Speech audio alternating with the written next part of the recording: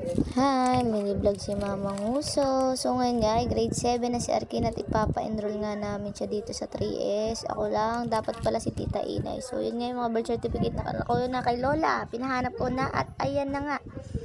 PSA na yan, kaya hindi na ako nangailangan ng magpalakad at nagkape na nga ako dyan. So yun na, naglalakad ako at sumakay ako ng jeep. Nandiyan pa nga si Mama Ice, nakasabay ko siya dyan. Hindi ko na siya binidyohan at nandiyan na nga ako sa 3S, naglalakad. At ayan na nga, malapit na, pero napakahaba ng pila. So dami kasi mag-e-enroll nga. So yan, napakahaba, nasa dulo ko, dulong-dulo. So, pinasunod ko na lang si Arkinda kaya dahil kailangan niya ang anak. So binigyan ko na nga siya ng almusal niya, na hindi pa siya nag-aalmusal, diretso na nga rin ako ng PR at kinuha ko yung card ni Bumbum na napakataas ng card.